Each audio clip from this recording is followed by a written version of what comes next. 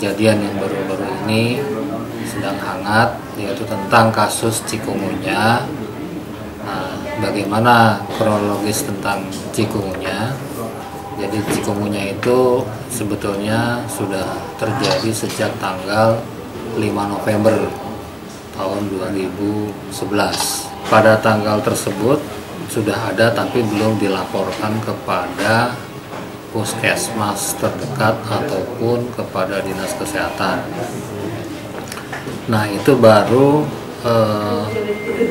itu karena berobat ke bidan swasta.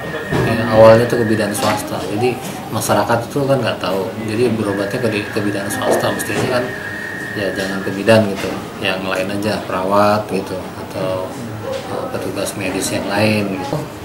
Kita dapat laporan itu tanggal 3 Januari 2011 ya.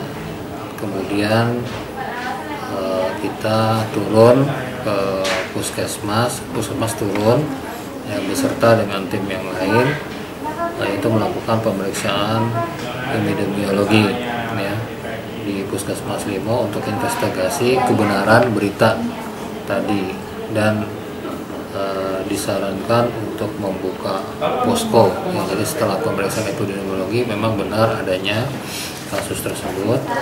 Kemudian pada tanggal 5 Januari 2011 ya, melakukan investigasi ke lapangan, dan data yang dilaporkan itu memang waktu itu jumlahnya adalah 196 orang ya penderita cikungunya. Tapi setelah diteliti kembali ternyata ada yang namanya ganda. Nah, sampai dengan hari ini tanggal 8 kemarin 8 bulan 1 tahun 2012 itu jumlahnya adalah 190 kasus dan 165 orang atau pasien dinyatakan sudah sembuh. 165 sudah sembuh ya, berarti 80%-nya itu sudah sembuh gitu. Itu data yang terbaru. Nah, kemudian apa yang sudah kami lakukan itu tadi melakukan pemeriksaan epidemiologi, kemudian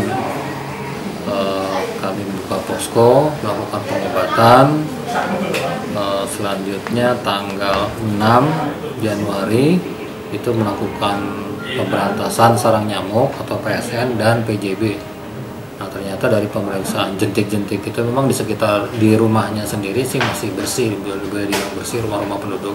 Tetapi di luar itu, di pekarangannya, di halamannya justru banyak jentik, rata-rata itu hampir 30%-an itu ada jentiknya. Nah, disitulah yang menjadi salah satu penyebab dari jentik kemudian tumbuhnya nyamuk dewasa gitu. Kemudian tanggal 8 Januari hari Minggu yang lalu, yaitu adanya penyemprotan atau fogging yang dilakukan oleh kita puskesmas dan dengan masyarakat ya. Nah, itu yang berkembang saat ini.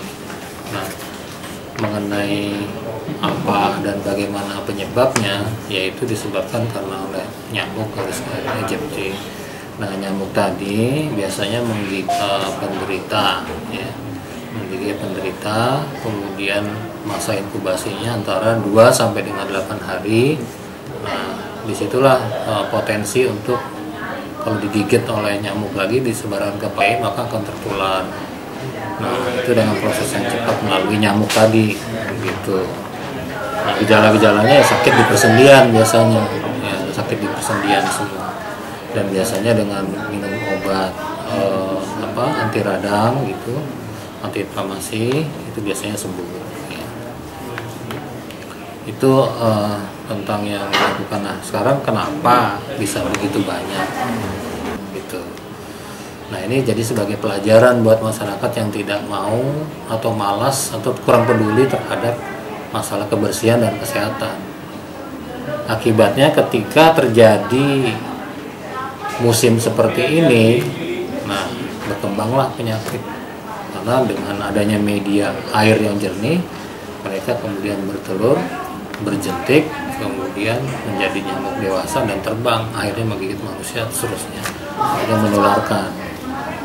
Nah ini yang harus diwaspadai. Ini kan sebetulnya penyakit yang bisa dicegah gitu. Kalau kita tidak jorok, ya, masyarakat yang peduli dengan kesehatan, mau gotong royong, nah ini insya Allah semuanya akan selesai. Jadi sebenarnya begitu. Kalau sudah sakit baru teriak-teriak gitu.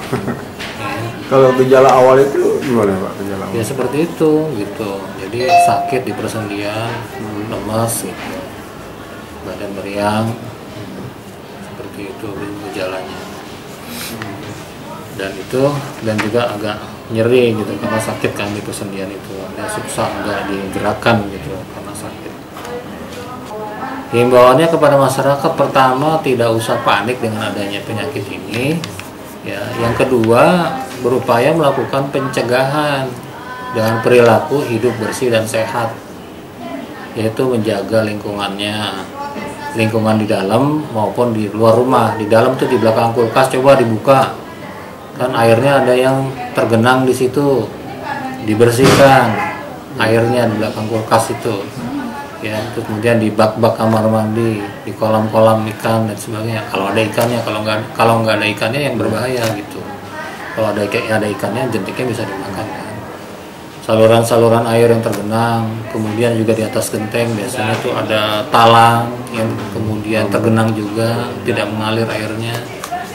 Ya, itu juga bisa terjadi karena di talang-talang atas itu juga kan nggak kelihatan talang air itu kan. Nah itu coba kontrol, naik pakai tangga ke atas dilihat, terus dikasih bibit itu serbuk abate, kasih seperti itu. Nah kalau ada kejadian seperti itu segera lapor ke puskesmas. Nah ini masalahnya ada media, salah satu media mengatakan bahwasannya dinas kesehatan bekerja lambat. Wah, kami begitu ada laporan 1 kali 24 jam sudah di lokasi. Yang lambat itu masyarakat melaporkan kepada kita sehingga banyak tumbuh seperti itu karena tidak peduli terhadap masalah kesehatan. Ini ketidakpedulian. Nah kemudian juga adanya program lintas sektornya. Lintas sektornya itu artinya perhatian Pak Camat, ya, perhatian sekcamnya, aparat kelurahan itu. Coba dari kelurahan itu membuat jadwal selama setahun untuk melakukan PSN, pemberantasan sarang nyamuk. Jadi bukan ketika ada musim kayak begini aja kejadian baru pada turun rame, enggak. Program itu dibuat secara rutin. Ketika musim-musim seperti ini, PSN-nya bisa seminggu 2 kali. Yang tadinya cuma hari Jumat aja, Jumat pagi aja. Nah, sekarang lebih gencar, bisa seminggu 2 kali kita turun. Bersih-bersih itu insya Allah akan menurun itu kalau kita mau seperti itu, jangan kalah sama nyamuk. Iya, jadi kan penyebabnya itu nyamuk sebetulnya. Nah hal-hal yang begitu bisa kita atasi, termasuk DBD sama seperti itu, kalau nyamuknya sama juga gitu ya.